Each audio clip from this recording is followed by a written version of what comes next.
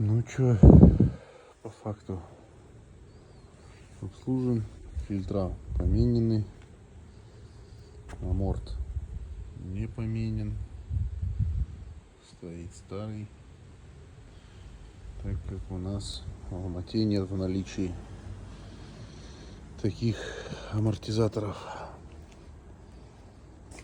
Заказал Wildberries.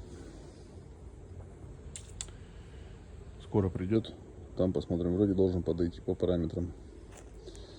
Так что будем ждать, надеяться и верить.